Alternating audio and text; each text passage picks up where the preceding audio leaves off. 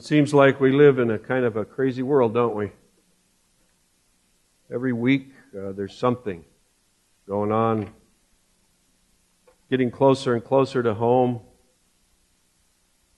You say, well, it's just crazy people. Well, sometimes it's people who are true believers in a cause. And our hearts go out to the people in France, to the people who are visiting Nice, all the ones who were killed senselessly this past week.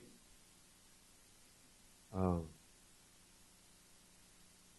that's the world we live in, isn't it? That's the world we live in. So I've been thinking about this. What does it mean to follow Jesus Christ? What does it mean to follow Jesus Christ? He's the one who said, "Follow me. Follow me." Last week, Brian preached one of the best sermons we've had in North Hills in a long time. I don't mind saying that because I do most of the preaching. But if you weren't here and if you didn't get a chance to see it, I just invite you to look it up on our website and watch it. It's great, especially in this year filled with political nonsense as we have it. I guess every year that we have elections, politics is crazy. But this year, it seems like it's crazier than ever. And what Brian talked about was, having Jesus for president. If you want to vote for someone, vote for Jesus. But today I want to talk with you about the next step. It kind of follows what Brian was talking about, and we're talking about following Jesus Christ. What does it mean to follow Jesus Christ? What does it mean to be a disciple of Jesus? Is it just agreeing to a set of ideas? Is it being swept up in an emotional fervor that other people are involved in? Is it the downtrodden who are claiming their just due? I'd like to kind of answer that question by looking at someone in the Bible who found out what it meant to be a disciple. And this guy was not unlike a lot of what we call terrorists today, except that he was a state-sponsored assassin, I guess you might say. Actually, he was a church-sponsored assassin. I'm so glad in the Adventist church we don't have assassins. And we don't have a secret service that I know of. I don't know. But let's read the story of Saul, and some of you are familiar with his background. We'll talk a little bit about his background. Let's read the story of how he changed from being someone who sought to destroy Christians and followers of Jesus to one who was a follower. This is found in Acts 9. Meanwhile, Saul was still breathing out murderous threats against the Lord's disciples. He went to the high priest and asked for letters to the synagogues in Damascus, so that if he found any there who belonged to the way, whether men or women, he might take them as prisoners to Jerusalem. As he neared Damascus on his journey, suddenly a light from heaven flashed around him. He fell to the ground and heard a voice say to him, "Saul, Saul, why do you persecute me?" "Who are you, Lord?" Saul asked. "I am Jesus, whom you are persecuting," he replied. "Now get up and go into the city, and you will be told what you must do." This is like the most radical change in the life of a person that could ever take place. He was going to destroy the followers of Jesus and becomes one.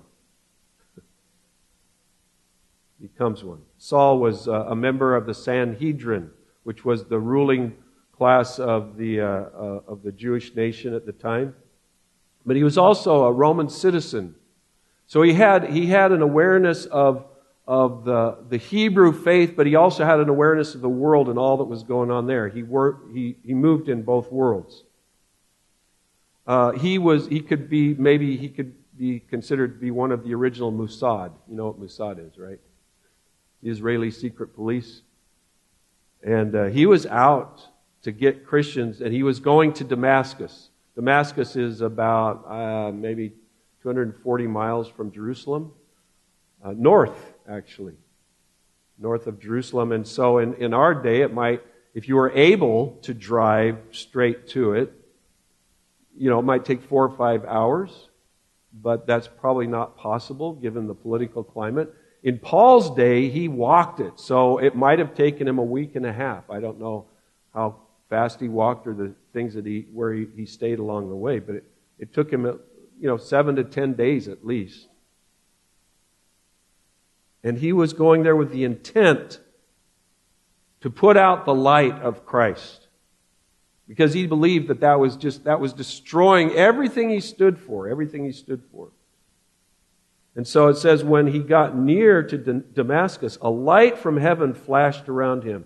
He fell to the ground and heard a voice say to him, "Saul, Saul, why do you persecute me? Who are you, Lord?" That's the question right there. Who are you, Lord? To be a follower of Jesus, you need to know who Jesus Christ is. You need to understand who He is, what He represents. Who are you, Lord? And that's the question we're going to deal with today. And so Saul, we think, we can't relate to this guy. He walked everywhere. He wore robes. He lived in the first century. But really, can we not relate to him? A lot of us have gone on our own journeys. And Jesus is trying to interpose Himself somewhere on the path of your life. Maybe you came to North Hills today for the first time. I don't know. Maybe you came a few years ago.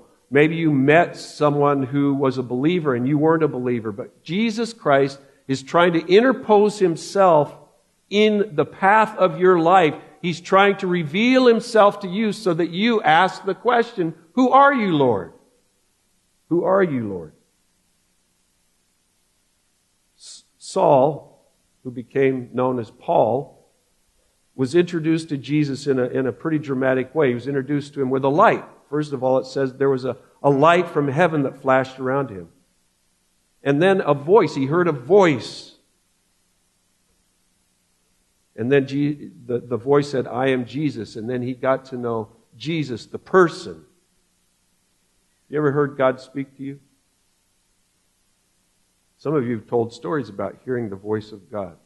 Jeanette was one of them a few months ago. Diana has talked about hearing the voice of God. Who are you, Lord?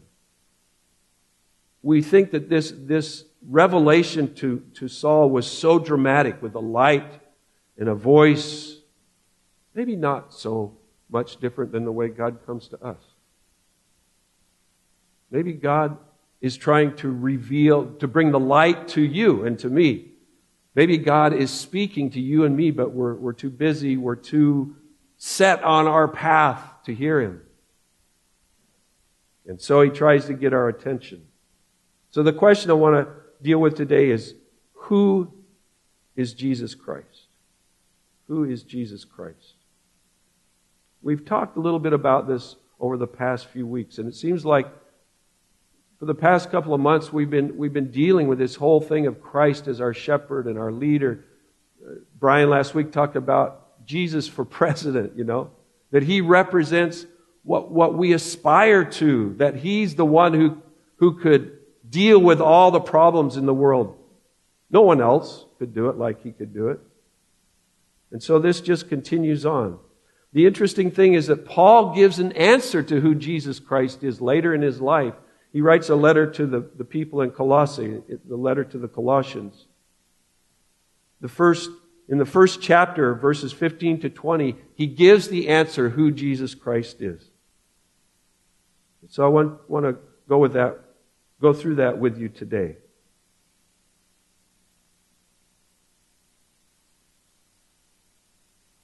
First of all, Paul says Jesus Christ is the visible image of the invisible God. The visible image of the invisible God.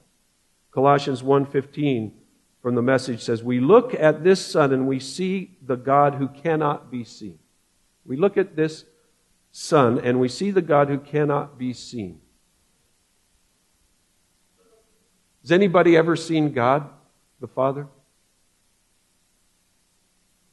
The Bible says if you were to look on God, you'd be destroyed by the brightness of His presence. It's like being too close to the sun. But God isn't, that doesn't represent God's intent or His feelings or His purposes. The Bible says, Paul says here, Jesus is the face of God. If you want to know what God is like, if you want to know about God, look at Jesus. If you want to know the truth of God, listen to the words and the teaching of Jesus. A lot of people go into the Bible, they look all over the Bible for teachings and ideas and for doctrines, and they see that Jesus is there, but they relate to Jesus as one of the doctrines. He's not one of the doctrines. He's the face of God. Whatever God has to say to you, He says it best through His Son, Jesus Christ. If you want to know how God views people, how He deals with people, read the stories of how Jesus dealt with people, how He treated people, how He related to them, how He challenged them, how He helped them and ministered to them. Jesus is the visible image of the invisible God.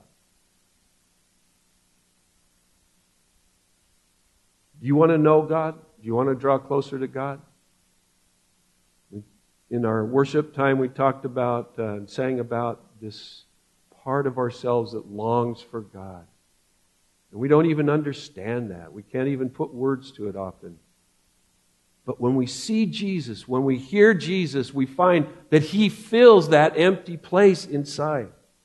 We find that He reveals the Father in a way that nothing or no one else ever could. We can come to church, sing the songs, read the Scriptures, listen to the preacher once in a while. But none of that will give you an understanding of God like the person of Jesus Christ. The story of Saul's conversion is a story that reminds us Jesus is not an idea. He's a person. He is God in human form. It's hard for us to understand how God can be man at the same time, but He is. And so we see the human side of Jesus. He's a person. He hasn't stopped being a person. Do you want to know what God wants? Ask Jesus. Ask Him. Ask Him, Lord, what do you want? You can do what Paul did. Saul did. Ask him, Lord, who are you? Right away, he recognized that there's a presence and a power and a personality much greater than himself. He said, who are you, Lord? Here's Saul, who's going out to murder Christians and imprison followers of Jesus. And he just forgets all of that and says, who are you, Lord? You think Jesus will reveal Himself to you? You think He's willing to do that? I believe He is.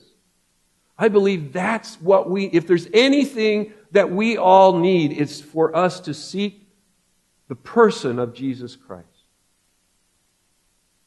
He is the visible image of the invisible God. Secondly, Paul says in Colossians 1, verses 16 and 17, through Him God created everything in the heavenly realms on earth.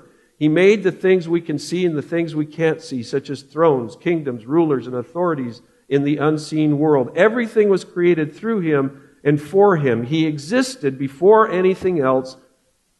And notice this last phrase, He holds all creation together. How is it possible for us to live in a world that is populated by pure hatred, that is populated by weapons of mass destruction, controlled by people who don't like other people? How is it possible that we're still here, that this world hasn't completely disintegrated into nuclear holocaust? Or some kind of biological warfare where everybody is wiped out. How is that possible? It's because Jesus, the creator of everything, holds all creation together. He's the one who keeps it going. He's the one who's over it all. We talked a couple of weeks ago about Jesus as the creator. We read from John 1, where it says, in the beginning was the Word, and all things were made by Him. Without Him was not anything made. But here Paul goes farther than Jesus just making things. Here Paul says that He is the Lord over all authorities, good and bad. There is nothing that happens that is outside of God's knowledge or seeing, His awareness. Jesus knows about everything. He knows about the crazy guy in the truck in France. He knows about the terrorists in Syria. He knows about all the authorities, both good and bad, all the intents of every heart. And while we don't understand why He doesn't prevent the suffering and the pain that's in the world, why He doesn't intervene and interpose and end it all right now, the truth is, the Bible reveals that He has an overarching plan. But He is in control. He created all of those powers and authorities according to this. He is not only the originator, but He is the Lord over everything. Doesn't mean He goes along with it. It doesn't mean that He supports it. It just means that nothing escapes His notice, and nothing happens in this world that falls outside of His purposes.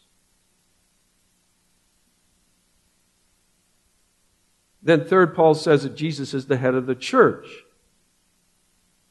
Who is Jesus? Who is Jesus Christ? He's the visible image. He's the expression of God in human form. He is the creator and the Lord over everything in this world. And He is the head of the church. Church has become a very interesting entity in our age. 2,000 years down the line, Jesus said, I will build my church. I'll found it on a rock. I'll build it. But now the church has become a huge organization. Most official churches have all kinds of property and organizational entities and all sorts of things they do.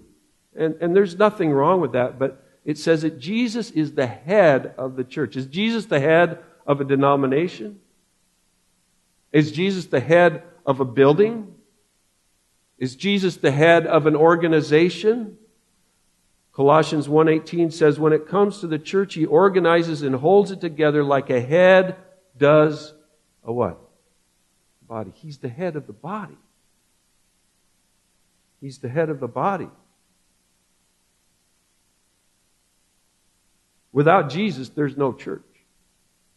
They have a name. It can be registered with the IRS. It can be a lot of things that a church entity would do, even good things. But without Jesus, there is no church because He is the head of the body. And what is the church? We've talked about this so many times. The church is not the building. The church is not the budget or the organizational structure. The church is not the denomination. The church is God's people together connected with Jesus Christ the head. You and me. If this building were to be destroyed in an earthquake or a fire, we could still have the church because we're connected with each other. We're part of God's family. He's the head of the church.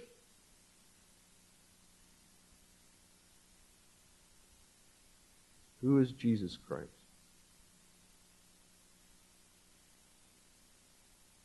The reason why this is so important is you have to answer the question, do I want to follow Him? Because He invited you to do that. He invited me to do that. Do you want to follow Jesus? So to follow Jesus, you should know who He is. Jesus is not an appendage of the church. He's not just a prophet. He's not just an inspirational personality. He's not just one of the 28 fundamental beliefs or the 7 beliefs of the creed. Jesus is the head of the church. Without Him, there is no church at all. Fourth, Paul says in Colossians 1:18, He is the beginning, supreme over all who rise from the dead. So He is first in everything. Well, that's good to know. First of all, we see God revealed in Jesus' life.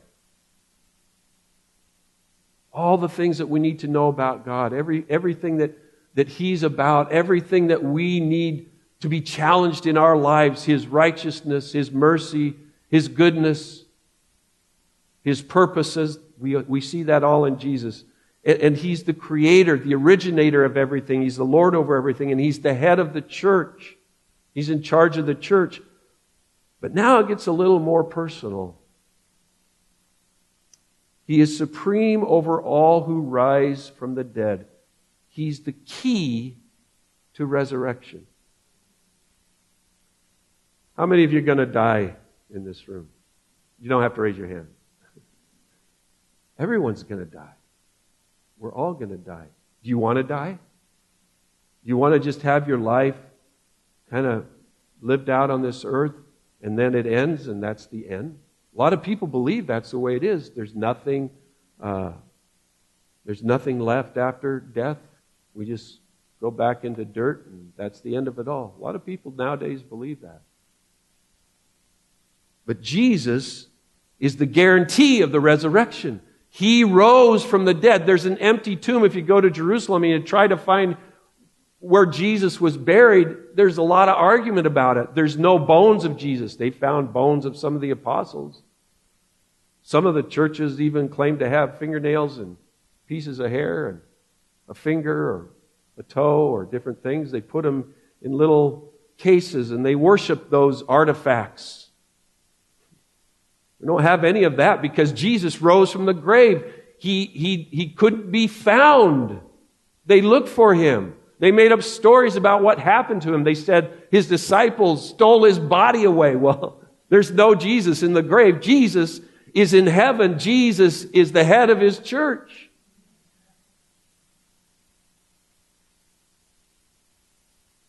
Everyone who came to life. Read the stories in the Bible. Starting with Moses, you could say. Moses was resurrected and taken to heaven. There's a story about a little boy who fell over from a heat stroke out in the fields, and he was taken into his mother's house, and he died. And the prophet came, and he came back to life. There's several stories about Jesus raising people from the dead. The widow whose only son, her only source of support, she's coming out of the city of Nain, and Jesus meets this group of people, and the body's stretched out on a stretcher. They're taking him to bury it, and he raises the son right there before her. The story of Lazarus, how Jesus stood in front of the tomb where Lazarus had been for 3 or 4 days, and his friend Martha said, don't have him roll the stone out. He's going to stink. He's been in there too long. He's rotting. Jesus said, come forth, Lazarus. And he wasn't rotting anymore. He came alive. He came back to life. But all of these resurrections, all of the people that came forth from being dead were all dependent upon Jesus, because Jesus is the only one who died the death that we will never have to die if we believe in Him. The death of complete separation from God. Jesus is the one who went to hell and came back out of hell. He destroyed the gates of hell. We will die, but we don't have to stay dead because of Jesus, because He's the firstborn from the dead. Yeah, hallelujah. I don't want to stay in that, wherever it's going to be. We've talked about an urn, and you get burned, but that's cheaper than making my kids and my family pay for, and Diana, she's left and I'm gone. That's cheaper and it's easier. And besides, I don't want to be, I get claustrophobic in tight and dark places. I'd rather be like Mick out on the Pacific, That's one way I can live in Laguna. Or San Diego is just take my ashes and scatter them down. I want to be alive. I don't want to die. Death is not natural to the way God made us. And all those that we have lost, Samir and Keith and Lorene and all the others that we have lost in our church family, they will come back at the voice of Jesus Christ better than new, better than they ever were in this life. And we will see them, and we will throw our arms around them. They'll be alive. They will be resurrected from the dead, because Jesus is the firstborn of the dead. He's the first one, the preeminent one, the one that makes a difference, who came out of the grave. He rose so that you and I could have life, and life eternal. Aren't you glad for that? That's who Jesus is. You want to follow a politician? He's not going to take you out of the grave. You want to follow a great thinker? He's not going to bring you forth from the dark and the dank. You want to follow a fiery leader, someone who's out to change the world? Some point he's going to be brought down. He's going to die. And then what? Every great leader in history, the good and the bad, is gone. And the ones we have now that aspire to revolutionize the world, they're going to be gone too. Only Jesus can bring us out of the grave. You want to know whether you should follow someone who can bring you back to life? There's not even a question about that in my mind. But you need to know who He is. He is the resurrection and the life. He is the resurrection. It isn't something He just gives us. And that's why it's so important that we understand that our life is about being connected to the person Jesus. These aren't just ideas that God throws down to us. They're not just packaged gifts. Here, I'll give you some patience. I'll give you some temperance, some self-control. I'll give you some mercy and some love. No, that all comes wrapped up in the person of Jesus. As we connect with Him, we're transformed by our relationship with Him. And God doesn't just throw life down to us. He is our life. Jesus Christ is our life. That's why Jesus didn't go to visit Lazarus when he was sick. They said, Lord, why didn't you come? Well, because if He'd come, he wouldn't have died. Death can't exist in the presence of life, the life of God. But there's more than that.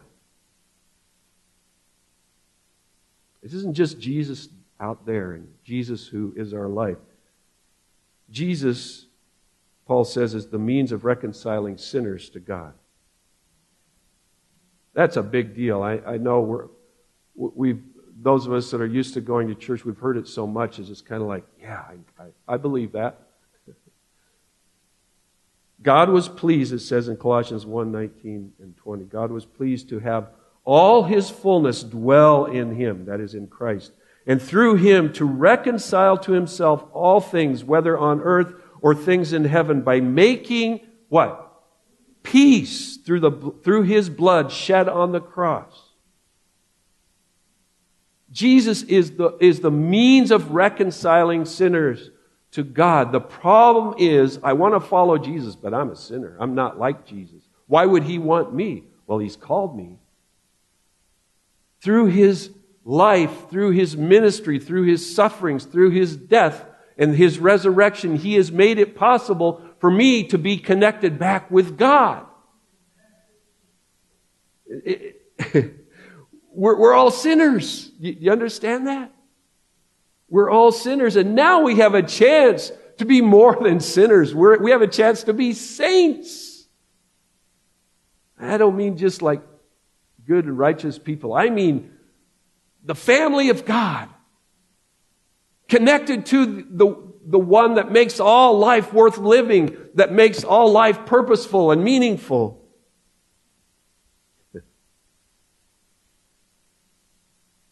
Jesus is not only God in human form. He's not only the maker and ruler of everything. He's not only the one who has built the church and who rules over the church and who directs the church, His people. And He's not only the one who makes it possible for us to come to life. He is the way of salvation. He is the way of salvation. The first Christians, we've talked about this before, the first Christians were called the people of the way. They weren't called Christians right away, Christians. I like the people of the way. We were talking about it earlier this morning, people of the way. I'd like to get back to that. What church do you go to? We go to the church of the way. What way? The way of Jesus. Jesus is the way of salvation. And when you say they are the people of the way, that denotes that it's a dynamic description. It's not a static description. Christian just means they're related to Christ, but people of the way, it draws the picture that they're in a process. They're in progress. They're walking. They're going somewhere. Paul walked from Jerusalem to Damascus. Jesus walked all over the place. God's people are walking, they're moving, they're growing, they're changing. People of the way of what? The way of Christ. What's that all about? Well, why don't you sit down with me and I'll tell you what it's all about. It's the way of Jesus. He is the way. He's not only the truth and the life. Jesus said, I am the way, the truth, and the life. He's not only the truth and the life, He is the way. He is the way to truth. He is the way to life. And only by being in connection with Him personally. It doesn't have anything to do with what church books your name is written on. It doesn't have anything to do with what set of ideas you have in your head. It has to do with you personally saying yes to Jesus when He says, follow me. You say, I will follow. That's what it has to do with. Saul was one of the most brilliant people. He was also one of the most motivated people of his time. In fact, he's probably one of the most brilliant people in human history. He's just so smart, He had all these ideas. He knew the law. He knew everything about his faith, his religion. He knew about God. He knew about the law, the commandments, the rituals and the rules. He knew all of that stuff. And he took pride in making sure that he paid attention to every single detail, that he never did anything wrong. In fact, he says, when it came to the law, I was blameless. I could not say that. But he did. And that day, he's on his way to Damascus to do in the people of God, and God confronts him, and all of a sudden, all of his beliefs and all of his ideas and all of his smartness, it just vanishes. And he says, who are you, Lord? He says, I'm Jesus. Jesus, I'm trying to destroy the people of Jesus, but you're here talking to me.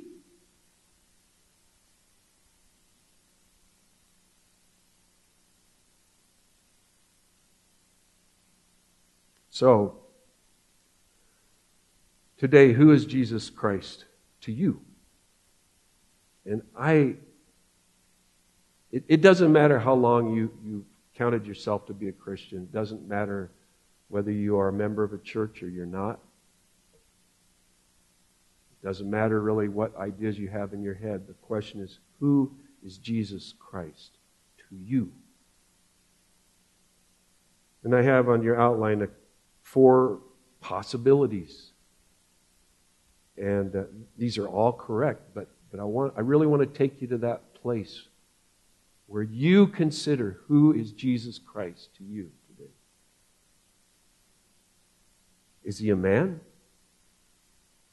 Is that how you think of Jesus? Is that how you see Him? And He is.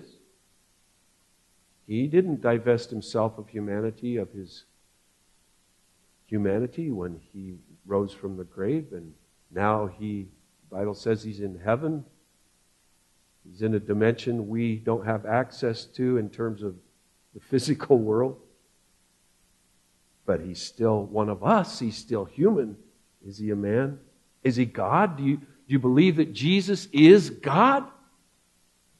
people, even Christians, even some Adventists who are teaching that Jesus was not really God, that He's created somehow, that He's less than God. I don't see it. I'm sorry. From His very own mouth, He said, before Abraham was, I am. He used the most holy words He could use in the Hebrew religion, the Tetragrammaton it's called, the Yahweh. He said, before Abraham was, I am. He claimed to be God. You can think what you want, but that was the claim of Jesus. Is Jesus Savior?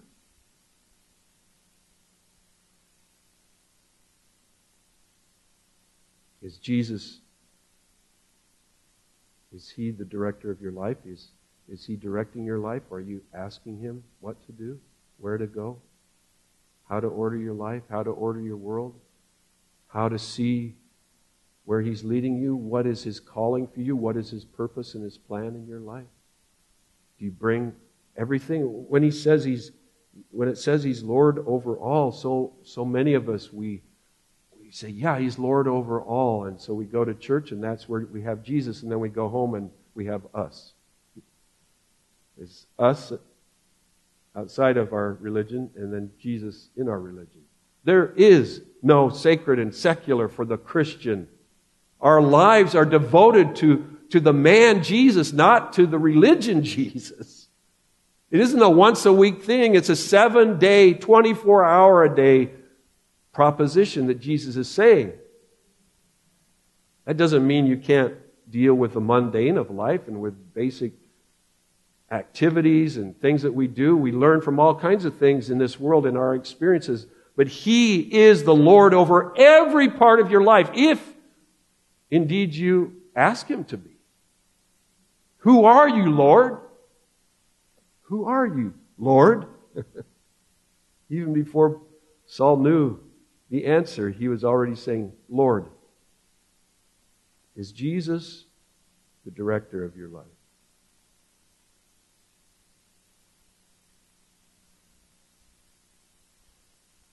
I want to show you a video here at the end. I thought it was interesting.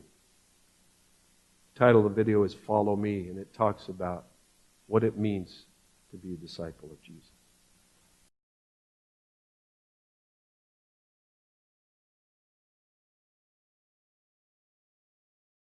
There is no other message, just this one. Every creature under heaven gets this same message. And some of you might be tired of hearing it. Like, let's hear about archaeology. Let's hear about something else. Maybe the reason we would get tired of hearing this message is because we're not walking in the way. We haven't discovered the adventure of what it means. And so this message is going to continue to come. It's the one thing that God wants us to get. How to be connected with Jesus Christ. The other morning I woke up with the idea, what if I belonged to a church that was completely about Jesus? The person. If someone asked what I believed, I would tell them what Jesus said rather than give a list of ideals and ideas. If they wanted to know what the rules of my church were, I would share the new command of Jesus to love each other. If they wanted to know what they had to do to join, I would say to them what Jesus said to me, follow Him. Great movements, religious or otherwise, may be fueled by ideas, but they are always led by a person. And no person in history has a track record like Jesus. The principles He revealed always found their best expression in real life and real relationships. His followers were captivated by more than just His words. He touched people. He healed people. He challenged the false beliefs of people. He lived with people as one of them, and He loved people. Oh, how He loved. He never wrote a book, but He inspired His followers to write millions of words.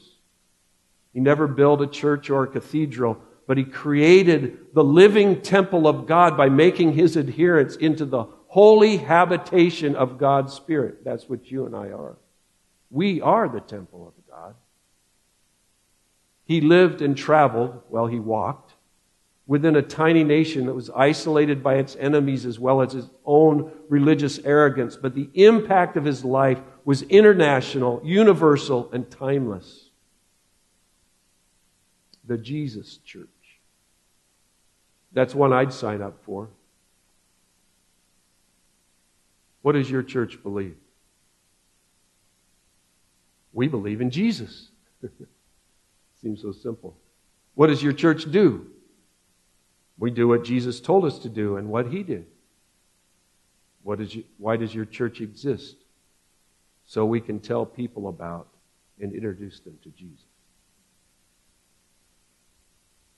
It's time for us who say we are followers of Christ, who claim the name Christian, to get back to this kind of simplicity, where we clear away the clutter and we realize that our lives are dependent upon this person, Jesus Christ. Who is Jesus Christ?